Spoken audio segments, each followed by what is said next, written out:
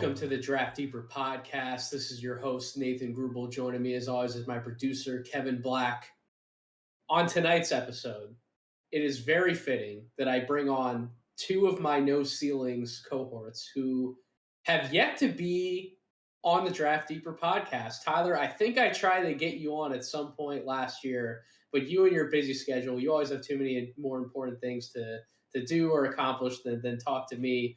Nick, I hadn't tried to get you on the show previously, but you've been doing such a fantastic job over in No Ceilings with all of your sleeper deep dives. The fact that we have a mutual love for Terrence Shannon Jr., how could I not have you on the show as well? So, boys, I'm honored to be joined by the both of you for a very special episode, but introductions are first in order. So, Tyler, how are you doing? And then, Nick, how are you doing tonight, gentlemen? I'm great. I'm excited to finally weasel my way on here after you ghosted me for a year plus. I just had to start a whole new writing platform and podcast network with you to do so. So just little things, but I'm excited to talk with you guys tonight. It should be a fun one. Well, Nathan and I actually worked together-ish long before No Ceilings became a thing over at Hoops Habit. So technically, That's I think he's right. been snubbing me for a lot longer. So, just saying. Oh my God. Tough Then luck. now it's even more fitting because going back to being part of the Hoops Habit family, that's definitely a calling. So, boys, I'm excited for this one. This is going to be aptly titled the Johnny Davis episode. I kind of alluded to it a little bit on my column this week, the Morning Dunk for No Ceilings, that I've been waiting to talk about Johnny Davis because I wanted to see how real the rise was going to be because he was not on my preseason watch list. I will never claim to be an avid follower of Wisconsin Badgers basketball, but Tyler, you are probably a better expert on Big Ten basketball in general than the rest of us. So I kind of wanted to kick it over to you first to set the scene a little bit because Johnny Davis he's not this freshman that broke onto the scene like some of the others we could probably talk about on a podcast. He's a sophomore coming back. Didn't have a huge role with the Wisconsin team last year. He played 24 minutes a night, but did not have nearly the role within the offense that he has now. So why don't you talk a little bit about some of the thoughts that you took away with Davis last year and why you made some comments to us previously that there were, albeit small, there were some flashes there to indicate that he might be able to have some sort of breakout year. Yeah, I mean, so last year he caught my eye when he came off the bench for Wisconsin. I don't believe he started a single game last year, and the role was completely different last year than it is this year, where this year he's basically that entire Badger team. Last year he was coming off the bench and just doing all the little things that we really don't see a ton of from freshman guards, where he was taking whatever defensive assignment he was given. He was playing hard-nosed defense. And then on offense, he was just making the extra pass. He wasn't forcing shots. If he was given a wide open jumper, he would take it. I was intrigued by his athleticism and just general feel for the game on both ends of the floor. And when you kind of get those athletic combo guards who just really buy into their role from day one and come off the bench and just do the little things early on, it just really stood out to me as, oh, maybe in a year or two, this is a guy that we can be talking about as like an actual NBA guy. The jump has been pretty astounding and not quite what I expected from him.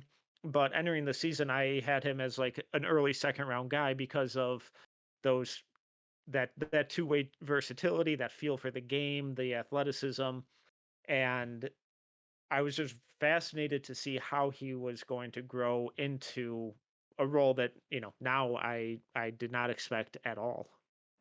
When you put it that way, it's almost like your storybook picturesque ascent in terms of becoming more of a leader on your team. You come in your freshman year, you're willing to do the little things, you're willing to do the dirty work and establish a role on the team, whatever they need you to do. And once you prove that you're willing to be coached, you're willing to come in and do those things, and everyone else around you starts recognizing the talent that you actually have, that's when the breakout generally seems to occur, when everyone around you respects you and the job that you do, and they trust you to do more. And he's certainly being trusted to do more. I mean, last year he averaged 7 points per game on only 6.3 field goal attempts per game. Those numbers have drastically increased to 22.3 points per game on almost 18 shots per game. That's ridiculous. And it's not like he's just being a gunner within the offense. He's one of the most crafty scorers we have in all of college basketball. And there's a few reasons why a lot of that's going to translate. I'm sure we're going to get into that with the offense. But Nick, I'll just turn it over to you really quickly. What are some of your thoughts about Johnny Davis's ascent and his rise overall? I'm assuming that he's also kind of blown any expectations you might have had for him out of the water too. Yeah, I will admit that I did not have Johnny Davis as a potential first round prospect heading into this year, and I certainly have him way up there in the first round now. I think part of the most astounding part of the season for him is, you mentioned that he tripled his scoring average, but he's also been more efficient this year than he was last season. Yeah. Last year, he had a 51% true shooting mark. This year, he's up to 54%. And to be able to score at the volume that he's able to score at while not only being decent in terms of his efficiency, but much better than he was in a much smaller role as a freshman, really speaks to the growth that he's had this year. And that increase in efficiency comes with a slight decrease in his 3-point percentage as compared to his freshman year. So he's taking a much larger volume of shots and he's knocking them down at a much more efficient rate. And he's gone from someone who was a contributor off the bench to the alpha and the omega of the Wisconsin offense. And part of that means that, he's getting a lot more screens set for him as he's roaming out on the perimeter. But part of that also is just that he has gotten so much better at just being able to get into mid-range shots and knock those down efficiently. And there aren't all that many players, even in the NBA, who can be really efficient with that tough of a diet of shots. And not only has he been decently efficient, but he's been better than he was as a freshman. Diet of shots is fantastic terminology to use for his arsenal overall, because you look at the number of play types he registers on per synergy. He registers on basically everything except for being a roll man in pick and rolls. So that's impressive in and of itself. What's even more impressive is that he only rates below average on two of those play types, which would be in isolation and on cuts. And I'm sure that we may have some comments about both, but we can start, since Nick mentioned it, we can start with the 3-point shot. Tyler, what has stood out to me, or what initially stood out to me, was that he does not live behind the 3-point line. And that is very rare for a guard nowadays to effectively average anywhere between 20 to 25 plus points per game and not be taking like at least 5+ triples. He's like under that 5. I think the number of attempts have increased as the season has gone along, but there was one point, I mean, he has a bunch of games where he still hit that 20+ points mark, and he's taken three or fewer 3-point attempts. Like, that to me screams pro ready, mature scorer. I don't know if you kind of get that same impression. How do you feel about his shot selection, 2-point shots versus 3-point shots? How much does that impress you? It's a very old school approach to how he gets his points. And, obviously, if he was knocking down 40% from three on 7 attempts a game, that would be awesome. That would be Yep. ideal. But he's at 4.5 right now at 33%, which isn't great, but he doesn't force his shots. And I think both kind of he just does a really nice job of operating within the flow of the offense, and his craft in the mid range and closer to the hoop is way more advanced and way more versatile than it is from three. We started seeing him take a few more pull ups and a few more step backs from three with not a ton of success. The Maryland game, if you just look at the raw numbers, I believe is 1 for 7 from three, which isn't great. But I believe one of those was a last second shot clock heave. Yep. And 2 more, like we're halfway down and rimmed out. So, that skews the percentages pretty drastically. I think as he continues to get stronger, as he continues to develop his handle and his footwork, that his ability to shoot from outside is only going to get better given how successful and how versatile his mid-range scoring game is. What he can do in the 15 to 20 foot range, I think, is so much different and unique compared to almost anyone else in this draft class. And I would just be really, really surprised if that doesn't end up expanding itself out to 23, 24 feet. Even now, when you look at his form, the mechanics look fine. Um, I think he's a little clumsier off the catch than he is off the dribble. When he can take a couple dribbles and get into it in rhythm, I think he's a little more comfortable. But I think it might just be like a strength thing, and a balance thing, and just a change in role. But I don't really have any long-term concerns about his outside shooting, especially now that he's starting to show a little bit more comfort, creating space and taking a variety of threes. Well, so his splits on jump shots off the dribble in the half court, he rates in the 70th percentile. He's hit 34 out of 82 of those shots, more than double the amount that he's actually taken on catch and shoot shots in the half court. He's in the 50th percentile, which, by the way, is still average. It's not like it's terrible. It's not like he's in the 20th or lower percentile, although he is in the 20th percentile on guarded catch and shoot looks, but unguarded, he's in the 68th percentile. He's hit almost 50% of unguarded catch and shoot shots in the half court, 7 to 16 on the year. So that's pretty good. And in the NBA, generally when the ball gets swung around to him, and let's say he's spacing the floor for somebody else, he's not playing on the ball, he's in the corner. More often than not, that shot's probably going to be open for him. And the fact that he has shown an ability to knock down open jump shots off the catch, I do consider that encouraging. But then, as you mentioned, Tyler, that split, the fact that he is so efficient off the dribble, how he rates in the 90th percentile in what Synergy considers medium shots. So that's 17 feet to just inside the 3-point line. That's a really tough area to master. And the fact that he has already taken tremendous strides in mastering it in just his second year of college basketball, that's really, really, really impressive. What stands out to me when you watch his shot, Tyler, before I swing it over to Nick on some of his thoughts about his shot making, when he is off balance, when his body is contorted at God knows what angle, when he's taking some of these shots off the bounce, his release point is almost always the same. I always see his hand in the same exact spot. And it's that consistency to such an important part of his shot mechanics. I think that's why he's had so much success off the bounce. When everybody's kind of watching film and they're like, how is this shot going in? Or how is that shot going in? There is a legitimate consistency to what he does off the bounce. I'm assuming you've noticed some of the same. And it all just kind of flows into how deadly he's been in that mid range, where once he picks his spot, once he knows where he wants to get to, he's almost impossible to stop from getting to that spot because of how much stronger he's gotten in shrugging off defenders than where he was that last year, how much better his handle has gotten from last year, and how quickly he can elevate into his shot. And he has a consistently high release point, like you mentioned, where once defenders that can actually react to him getting into a shot, he's already released the ball and it's already out of his hands, which I absolutely love about his game because it's so decisive, it's so confident, and it's so consistent that it's just going to be. I would be stunned if that skill doesn't translate to the next level for him.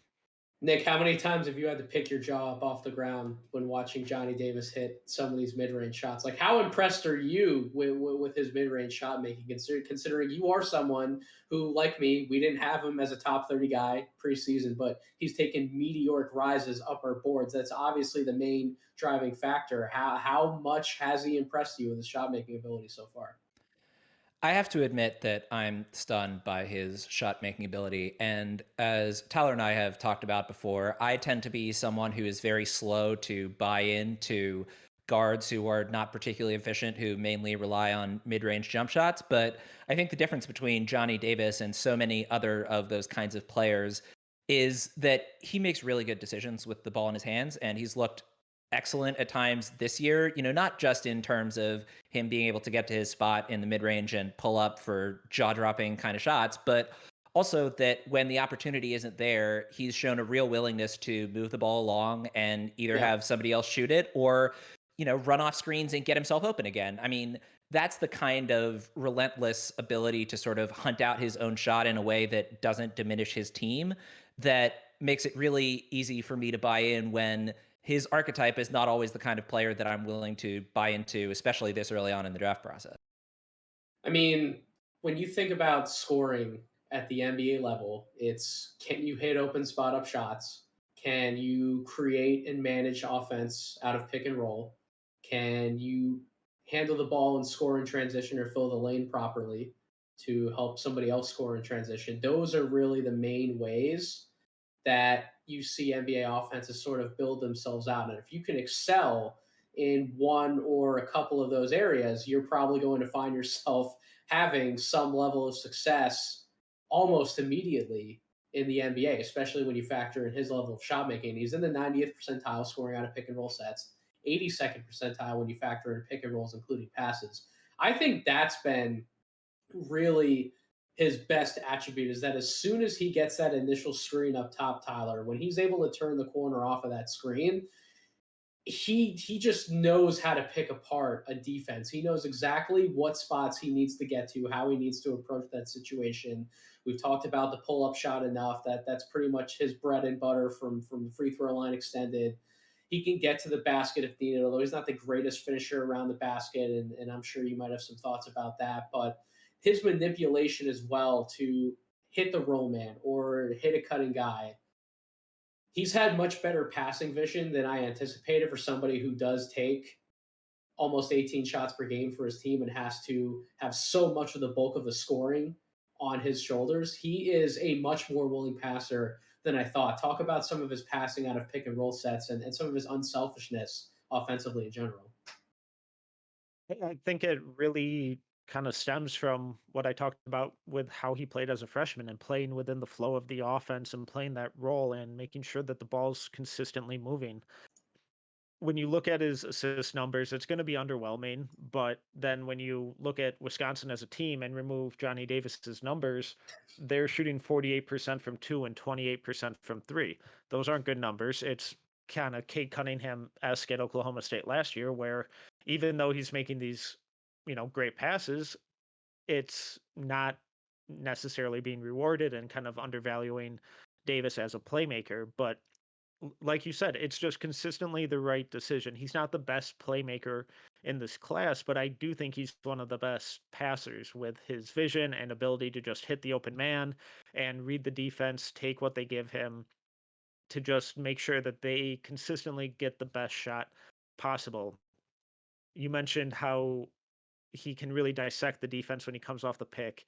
And I think that's when he's really at his best, both in his passing and scoring. I mean, he's in the 94th percentile when he dribbles off the pick and scoring. But then given his improved scoring, he has such a gravity that the defense has to collapse on him now. And that's just going to continue opening up lanes for guys sliding into the dunker spot or, even more wide open corner threes than there have been because and he will find them because even though he's not the flashiest playmaker, the passing accuracy, consistency, and vision is all there for a guy who can just help take an offense to another level just because the ball is just constantly moving and finding the open man. One of the other things I love about Johnny, Nick, is, and I talked about this a little bit with Matt Babcock, excuse me, on my podcast yesterday that I recorded with him, how it's not just the offensive responsibility that he has, it's also the fact that defensively, he takes the other team's best player on defensively. He takes that matchup and he takes it with pride. And you hear some of the comments, you read some of the stories that are coming out now that he's had this meteoric ascent up a lot of draft boards, and he's garnered so much buzz and so much attention for Wisconsin. A lot of people are starting to write stories about him, and they're profiling his character and how he approaches the game. And he wants all the smoke. He wants all the smoke on offense, and he wants all the smoke on defense. So you just start to put his load on both ends of the floor up against some of the other top prospects that we can talk about in his class. I don't think there's another player in this class who has as much responsibility night in and night out as he does. And he's done more than just excel in those areas of opportunity. Is that something that definitely has helped catapult him up your board as well, Nick? The defense is definitely a huge part of it. The offensive creation and his load on the offensive end is one thing, but as you mentioned, his not only ability but willingness to take on the best opposing player on defense every single night is huge for his draft stock. I mean, he's someone who is going to have to be able to defend at least at a competent level to be the kind of top half of the lottery player that Tyler certainly thinks of him as. And we were talking actually a little bit earlier on our podcast, the NBA Deep Dives podcast, little mid-podcast plug for all of you, but we were talking about sort of the difference between Jaden Ivey and Johnny Davis. And I think that Tyler certainly gave Jaden Ivey a little bit more flack for his defense in that game than I would have agreed with. But ultimately, what we had to agree on is that Johnny Davis stayed on Jaden Ivey basically every minute that Jaden Ivey was on the floor. And part of the reason that showcase game was a strong showcase game for Johnny Davis and not as strong of a game for Jaden Ivey is that Jaden Ivey was mostly invisible, and Johnny Davis stuck with him for a lot of that game and forced him to give the ball up a lot more than he would have liked. And ultimately, when you're the kind of offensive hub that Johnny Davis has been for Wisconsin, while also being able to take on that level of defensive responsibility, yeah, that's definitely a huge positive for his draft stock.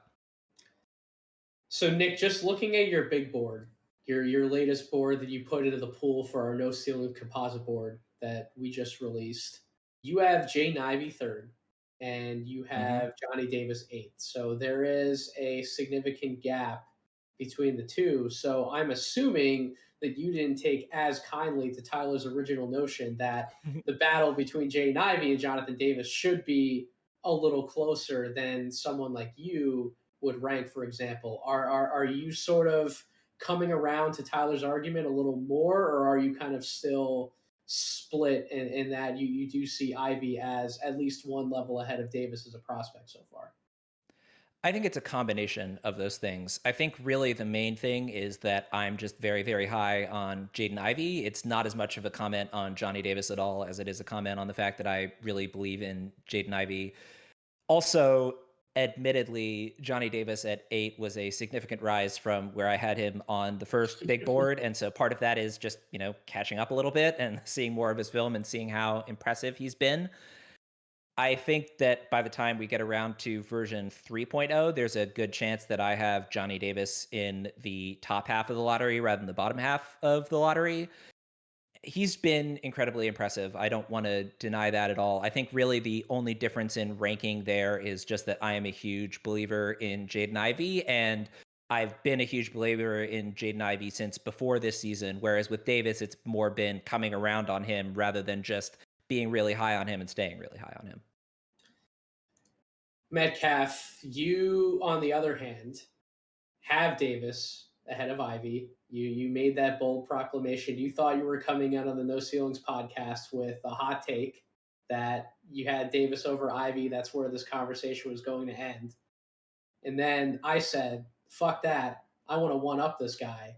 And I want to put something even crazier out there on the Substack in my morning dunk column. And part of the conversation that I wanted to have was I wanted to throw Johnny Davis's name into the ring of the quote-unquote top three, the bad boys in this draft, or in Nick's case, since he has Ivey number 3, he does not have the Holmgren-Smith-Banchero combination in the top 3. He has Ivey in that combo, but let's open it up to the top 4, that Davis should be entering that conversation of could he possibly sneak his way to number 1 overall in this class. Now, I preface those comments as I did in my column by saying I am not there yet, And I don't even have Davis ahead of Ivy right now. I had Davis before a lot of this craziness and chaos happened with these previous handful of games for Davis. When we came out with our boards, I had Johnny at number 7. If I had to redo the board today, he has done enough to get him up to that 5 spot. So I do not have him ahead of those 4 guys in this moment in time. But I think I kind of wanted to be the first one to put that question out there because I'm so confident that somebody's going to have him number 1 at some point in this draft cycle. And it's just going to start an avalanche of people asking themselves the same question. Why don't I have him number 1? I don't know if it's going to be Tyler that ends up having him number 1 at some point with his for Davis. I don't know if it's going to be me. I don't know if Nick just wakes up one morning after he has some crazy hangover or something, and he's just thinking all weird and different. And he's like, maybe I'm going to have him number 1 overall. I have no idea. I'm just kidding, Nick. I'm just making comments. But all right, Tyler, am I crazy to put that question out there and try to put him in comparison at the top of the draft with some of the quote unquote golden boys that have already established themselves in that range? And if we're just going off of pure production and what these guys have done on the court, I don't think it's absurd. But the whole draft is projecting long term, and Yep. I have Davis in that second tier of guys where I have Chet pretty clear number 1, and then I have Jabari, Davis, and Paulo in that second tier. And based on who I watch more recently, I shuffle them around pretty regularly. So I have Johnny that high. I think he is that good, and the immense amount of growth that he's shown over, in a 1-year span has been absurd. So it won't surprise me when someone puts him at number 1, especially if he somehow leads Wisconsin to a deep, March Madness run or a deep Big Ten title. But I don't think that's right because the physical gifts that those other 3 guys have give them such a much higher upside of what they could absolutely be in their 90th or 95th percentile outcomes than what does. But if we're going solely based on production and what these guys have done on a nightly basis on the court, I don't think it's absurd to have Davis in that same conversation as those guys. Nick, what are some of the concerns with Johnny Davis that you've been careful to note that you've taken into account with your evaluation and why you don't have him in the top half of the lottery? What are some of the concerns, some of the drawbacks that could hold him back from reaching that type of status amongst this draft class? Is it only because those other 3 are just more physically gifted and they have things that you can't teach, like Tyler alluded to, or are there a few more concerns that we would want to highlight on this podcast? So the physical gifts are really the biggest one for me. I mean, when you're talking about the top 4, I guess at this point, Chet Holmgren, Paulo Banchero, Jaden Ivey, Jabari Smith, those guys just have athletic gifts that few human beings on this earth possess. And, therefore, I think that gives them, as Tyler was mentioning, I think that gives them a higher, like 90th, 95th percentile outcome than Johnny Davis. The 3-point shooting, I'm not particularly worried about, but I think he could do better at scoring around the rim. We've talked this entire podcast about his mid-range game, his pull-up game, which is fantastic and arguably the best in this class. But I am a bit worried about his ability to score around the rim, especially given that compared to Jaden Ivey, he's not that same level of athlete. There's, I think, more reason for me to be concerned about his ability to finish around the rim at the NBA level. But that being said, I mean, these are nitpicks, and it's getting harder and harder to find those nitpicks with his game as he continues to just absolutely go supernova pretty much every game at this point. Tyler, what are some of the things that hold him back from a finishing perspective? Because I think you've done a great job outlining Davis's game on multiple platforms for us in those things. What are some of the things that hold him back from a finishing perspective? Is it how much height he gets off the ground and how he's able to challenge defenders on that shot from a verticality perspective? Is it his touch around the basket? What are the things that do hold him back? I think it is that elite burst that say Ivy has because Nick and I have talked about this, but I'm concerned that Ivy is only a one-hand finisher at the rim. But if you can't stop him from getting to his right, does it really matter? Johnny Davis doesn't have that elite first step, that absurd explosion off the ground. I know he put Jackson Davis on a poster a couple times in that Indiana game, but when that happened, you were like, oh shit, like where did that come from? Because he's not this naturally explosive, quick, twitchy athlete like Ivy is. What I really like about him is that I think he has really good touch with both hands on floaters and uses angles really well to finish at the rim. I think that his use of angles with finishing is most highlighted when he's dribbling off that screen and then snakes through the lane and then splits the double when the weak side defender rotates over and extends with either hand to finish on the opposite side of the rim. When he does that stuff, it's really impressive, and it's like, okay, this is a seasoned scorer. But then there are some times where he tries to just barrel through guys and use that explosiveness that needs a little more load time than say Ivy. And that's when he kind of gets into trouble, when he tries to go through or over guys, because I don't think that's as reliable for him, especially at the next level. I love how you snuck that Trace Jackson Davis slander in there and thought none of us would know this. I had to. You're not slick. You're not slick, Tyler. Oh my God, boys! This is not a Trace Jackson Davis podcast. Come on, let's stick to the topic at hand here. No, I'm just kidding. But so my argument for Johnny Davis continuing to rise up the board, not just staying where he's at.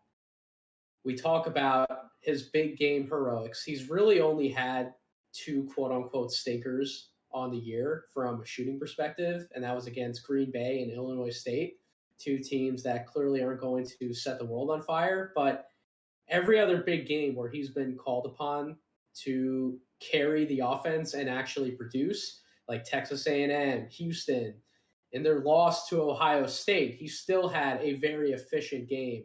Purdue, Iowa, Maryland, like he's producing at such a high level in those games. And it's gotten to the point where, as Tyler sort of alluded to earlier on in the podcast, like the rest of this Wisconsin team, while they may be well coached defensively and they may be a veteran team who is connected defensively, they can win some ugly games. They are not a good team offensively without Johnny Davis. Their second best offensive player is probably Brad Davison, who I feel like Brad Davison's been in school for as long as I've been out of school. He's been at, it feels like he's been in Wisconsin that long. So just the fact that his team would struggle mightily on the offensive end without him. And it's gotten to the point where everyone else, especially when you watch against Purdue, against Iowa, and against Maryland, these last three games, everybody just seems to be playing with so much more confidence. It's because they can look over at Johnny and say, we're going to win this game because we have that guy. And no matter what happens, he's going to at least make the game competitive for us and give us a chance to win night after night. And I'm just looking through some of these other top names, and this isn't a podcast about every single top name in this draft class, but you look at Paolo Banchero and Chet Holmgren and Jabari Smith and Jaden Ivey. Jaden Ivey is technically his own conversation because I think we can all agree that his situation is more unique than the other guys. I don't think that he's in a situation that's behoove of himself to be able to succeed at a higher level as some of these other guys. I think he's going to have his talents much better utilized in the NBA. But how many of those other guys give off that impression of, I can do this night after night, and my team has so much more confidence and belief in themselves and in us as a collective because I'm here and I'm just laying waste to opponents night after night. Like I don't get that impact from anybody else in this draft class, and maybe I'm wrong about that, guys. Maybe you guys would argue for somebody else, but that's really what props him up for me, is when we talk about taking a player number one overall.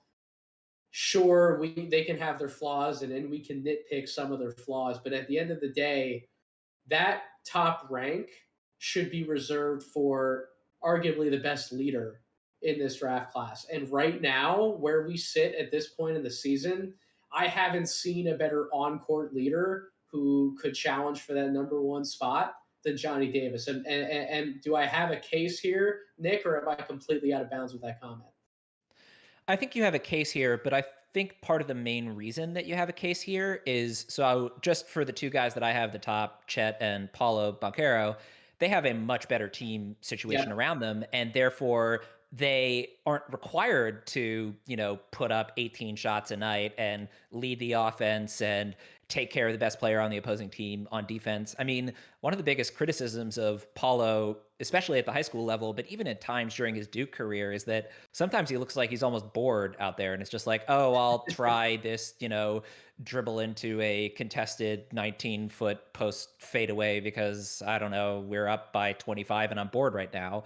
And, Gonzaga has been the most dominant program in college basketball over the last 5 years. And Chet Holmgren has an incredible supporting cast around him. Whereas, as both of you have mentioned throughout this podcast, Johnny Davis is really it for the Wisconsin offense. So I think that, especially on the defensive end, Chet has shown that kind of team leadership. But I think ultimately it just shines through more for Johnny Davis because his team needs him a lot more than Gonzaga needs Chet Holmgren or Duke needs Paulo Banchero.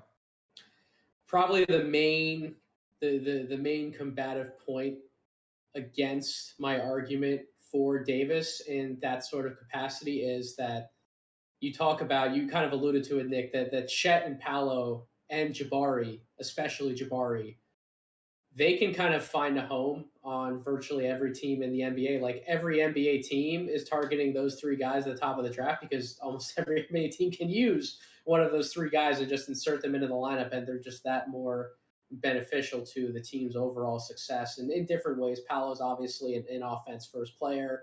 Chet and Jabari provide things on the defensive end that Paolo doesn't provide, but they aren't at times as uniquely gifted offensively in terms of shot making as Paolo. But I digress. Those three players seem to be more valued by NBA teams. I don't know if every NBA team necessarily needs a Johnny Davis, or maybe every NBA team could use a Johnny Davis, and he's going to prove to be that much special of a player, especially if Wisconsin keeps winning. What do you think about that, Metcalf?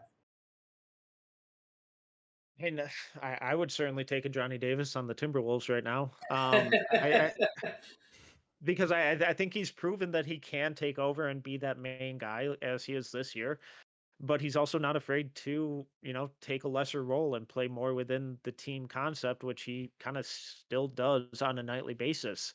And even though the Badgers, look to him and are, they're more confident that they're going to win because they have him on their team, he's still continuously getting those guys involved. So it's not just the Johnny Davis show, even though that's what the box score says every night.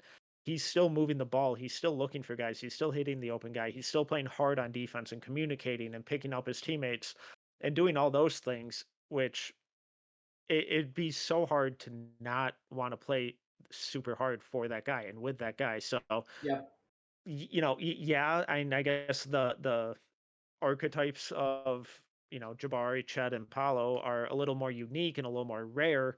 But I think the type of player who can be the star, can be a role player, can fit into really any situation like Johnny can is also equally as rare. I opened that question up to Matt Babcock, and he openly admitted that he's not at the point in his evaluation process to where he's ready to boldly proclaim one way or the other where Johnny Davis will ultimately stand on his board and within his mock drafts as we get later in the year. He's not there yet, but he was willing to be open minded about how high Johnny could ultimately rise. Nick, if you had to make a bet as to where you think he will ultimately be drafted, like what's sort of the realistic range for him that you see as we get to the end of the year, and then I'll ask this question to Tyler as well. Where would you personally feel comfortable drafting him and recouping value on him? Honestly, at this point, I think I would be considering him as soon as the fifth pick. I think that I have Chet right now as pretty clear number one, although I had Paulo at number one for a while. And I definitely could see them flip-flopping for the first overall pick. I think that even maybe at 4, if the first 3 off the board are Chet, Paulo, and Jabari Smith, there might be a few NBA teams who, like Tyler, think that Johnny Davis is the best guard prospect in this class, and I wouldn't be I wouldn't disagree too strongly with having him as high as 4, but I think the range where I would be comfortable is starting at 5, and then really if he's still on the board by like 11 or 12, I think he should definitely go. So I think probably the range I would guess for him right now is 5 to the end of the lottery, but really more like 5 to 10, I think is probably the range he's going to end up at. What about you, Tyler? I think I'm kind of in the same boat where I think he will end up at. Once they get into empty gyms and do testing and physical measurements and all that kind of stuff, it wouldn't surprise me if a guy like Jalen Duren, jumps him and really skyrockets because of how physically gifted he is and just how impressed front offices are with him. But if he gets in an empty gym and starts knocking down a ton of threes in front of scouts and stuff, it wouldn't surprise me if he went earlier or sooner rather than later. Personally, I think I would take him at 3 or 4 right now, but it would be pretty surprising to me if come draft night, if an NBA team took him, higher than 5 or 6, probably. What I guess I'll end the podcast on these last 2 questions here. So, Tyler, what do you think his ultimate ceiling is? Because the way I would have answered that question previously is I thought that he's definitely emerged as a tier 3 player for me, and a tier 3 player for me is at some point in your career you just guarantee yourself to be a starter on a really good NBA team. I'm starting to think he's actually a tier 2 guy, and that would be someone who is qualified enough to be an all-star, somebody who you're likely throwing a max contract at and you're generally not thinking twice about it. I don't have any tier 1 prospects right now in this draft. That includes Jabari, Chet, Paolo. I think that they're all going to be max level talents and complementary stars to a superstar or a megastar, however you want to classify that term. What do you think Johnny Davis's ultimate ceiling is? Do you think he belongs in that tier 2 type of conversation with those guys, even if you might pick those other guys ahead of him? Do you think he at least belongs there, and if we're projecting ultimate ceiling? I do. So when I watch Johnny Davis, I see Brandon Roy, I see Devin Booker, I see Donovan Mitchell. Those are the types of players that I see, and those are all stars. Those are guys who could be one of the 3 best players on a contender. So that's how high I am on him because of the immense load he's taken on both ends of the floor, his ability to score and then play gritty defense, to move the ball, to move off ball, to avoid screens, to navigate the pick and roll, to box guys out, to deny the ball in the post. It's just his entire approach to the game is everything I love about basketball. Um, so what once that 3-point shot really comes around like I expect it to, I think he could be, one of the 2 or 3 best players on a contender. What about you, Nick? How would you classify his ceiling and his overall upside from like a tiered perspective? What kind of player group would you put him in right now? I think that if I had to tier it like that, that he would probably be, and this is going to sound off just because literally a week ago I had him lower than this, but I think right now I would consider as tier 2 guys Chet, Paulo, Jaden Ivey, Jabari Smith, and Jalen Duren, just purely based on upside. I think that I will probably, especially by the time we have version 3 of our big boards, I think I will probably have Johnny Davis as 6th and the very back end of that tier. I think that the 5 guys I mentioned ahead of him have higher absolute peaks, but I think especially from what we've seen of Johnny Davis so far this season, it seems like, at least in comparison to, say, Jalen Duren, I think he's much more likely to hit his 50th percentile outcomes and even his 90th percentile outcomes just based on how spectacular he's been this year. So I think I would have him at the very back end of that all-star potential tier, but I think at this point I would probably have him around there.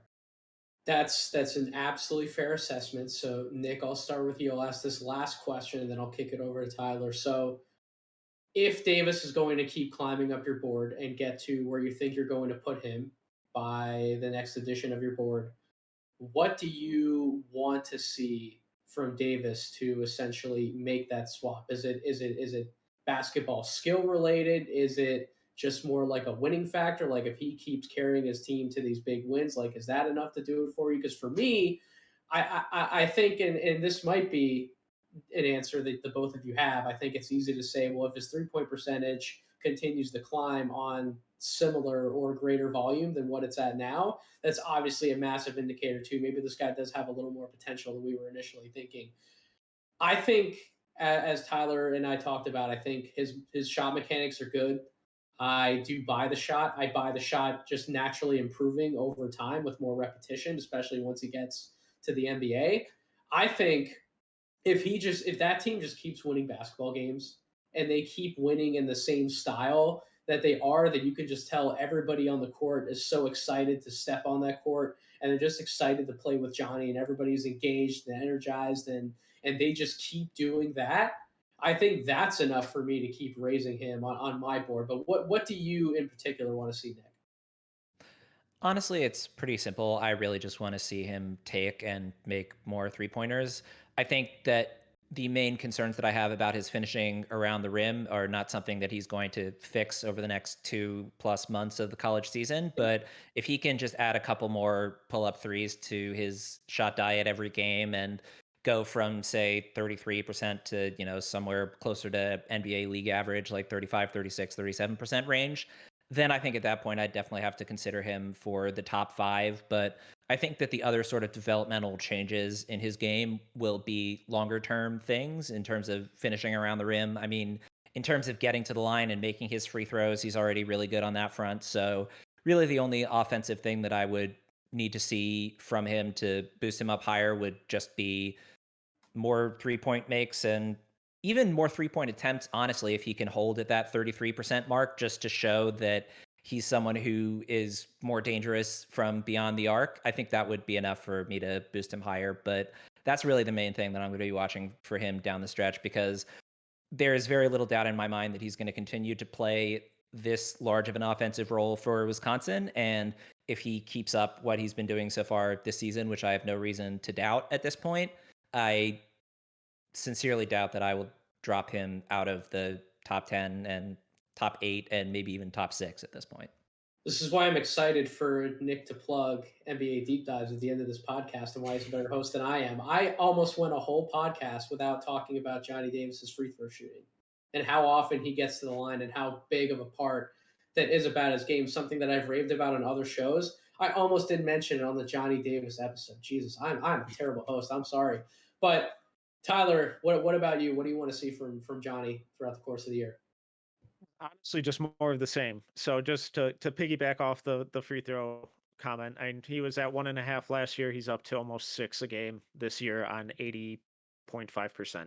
I think that combined with his touch on his floaters and kind of touch at the rim, I think is really encouraging for that 3 point shot to continue to develop and improve. So even if the percentage, similar to Nick, even if the percentage doesn't drastically change this season, and I don't really expect it to, I don't have any long-term concerns about it. With the at rim stuff, I kind of almost expect it to get worse as the season goes on, because I just expect defenses to continue to sell out even more just to stop him and completely collapse in the lane when he drives. So I don't envision him getting awesome opportunities to really boost that percentage. Um, for long-term development things, my biggest issue with him is his defensive footwork, where I love his work rate, I love his instincts, I love his screen navigation, but he turns his hips to chase and crosses his feet all the time, which is a huge pet peeve of mine. So I think he has the athleticism, he has the skill and the awareness and the intelligence to develop it, but he really needs to work on sliding his feet instead of crossing and turning to chase, or else he's really going to get into trouble in at the next level defensively, I think. I agree with that because he doesn't really have the quickness to always recover and make up for some of those mistakes as well. We're in full agreement there. But even when he does make some of those mistakes, the fact that he is just that much of a hound on defense and can give so many other people fits, that's just a testament to his work ethic and his will to win. And those two things are always very important to me. They're things that I always try to highlight on this podcast whenever I can. But fellas, this was a blast. I'm so thrilled that I finally got you two on. I can't wait to get more of our No Ceilings writing team on because I feel like I've failed so miserably at doing that this season. It's been up to now. We're recording January 11th, and I had yet to get you boys on a podcast. Good God, I apologize, but seriously, it's been a blast. Nick, why don't you take some time, plug some of your work, your content, NBA deep dives, everything that you're doing? Absolutely. Well, thanks so much for having us on. Really fun to chat Johnny Davis with y'all. Plugs. So Tyler and I recorded the episode of NBA Deep Dives for this week right before we hopped on this call with you. So that should be out either tonight, Tuesday evening, or early tomorrow morning. Then on Thursday, I have my next Sleeper Deep Dives piece. I'm going to be writing about Travion Williams, who Let's is, go. oh man, I've just been rewatching some of his passing clips, and it's just astounding to watch him move the ball. But anyway, that'll be up on Thursday, and I will also have a piece going up on Nets Republic on Friday. So yeah, that's sort of my deal for the week. And where can everybody find you on Twitter, most importantly, so they can see all of the ridiculous arguments that we get in with everybody and all the banter? Yes, the banter can be found at NBAJOHNSON. So that's where I am on Twitter. And most of the Twittering that I do is sarcastic responses to y'all. So there you go. Metcalf, plug everything that you're doing, man. Plug where they can find you, plug out all the content you're doing. Yeah, just everything. No Ceilings, No Ceilings Substack, No Ceilings YouTube, No Ceilings podcast, No Ceilings Twitter. Go follow, subscribe, rate, review, share, read it, listen, watch, all of it. Do it. It's all free. It's all glorious work. I'll have another skill breakdown coming out on Friday. I don't know what yet. Not a great tease, but it'll be good. It'll be entertaining. You'll love it. So make sure to keep an eye out for it. And then sometime in the next week, I'll be putting out a kind of in-depth look at what Jared Vanderbilt has been doing over on Canis Hoopus. So make sure to keep an eye out for that. And I share everything on Twitter at tmetcalf11. That's the easiest place to find me. I'm just going to plug these guys one more time. It's been a true joy to work with the both of them over at No Ceilings. As I said earlier, the sleeper deep dives pieces that Nick does, I believe every other Thursday, sometimes even more often than that. They're an absolute joy to read. They're excellent content highlighting prospects that sometimes we forget about, but it's obviously important to evaluate everyone, especially when there's 60 or, in this year's case, as we keep making fun of, 58 picks in the draft. You got to know more than just the top 20 players who are repeatedly talked about all the time, like on this podcast where we just talked about Johnny Davis for an hour. We got to talk about everybody. So I can't wait to read about Travion Williams. And then Tyler, your Friday screener pieces where you're not just doing the usual video film breakdown for like 5 to 7 minutes on YouTube of just like taking one or two clips about a few skills. You are taking the time to nearly fully break down a skill for a prospect. And I think those have been so insightful for me to read because I gain so much knowledge than just seeing the same one, two, or three highlight clips on a bunch of different skills. I actually get to learn something unique about a player, something that's a little more in depth than usual. So the work that these two have been doing, incredible content. I cannot encourage my audience enough to, if you're not already subscribed to the No Ceiling Substack, please, for God's sakes, do it. NoCeilings.substack.com. It's free. These two, they're better writers than I am. The numbers would tell you they get more views on their pieces than I do on mine. So definitely join to read them.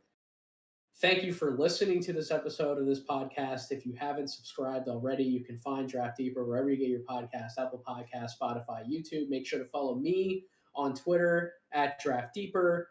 Follow the No Ceilings Twitter account at No Ceilings NBA. We have so much more in store for you guys. We're having a giant team meeting this upcoming weekend, so Lord only knows what's gonna come out of that one. Rucker already said to have a bottle of booze ready and some food by your side, because we're going to be planning out a bunch of fun content for our audience as a whole. So thank you all so much for tuning in. Hope everyone has a wonderful rest of their week.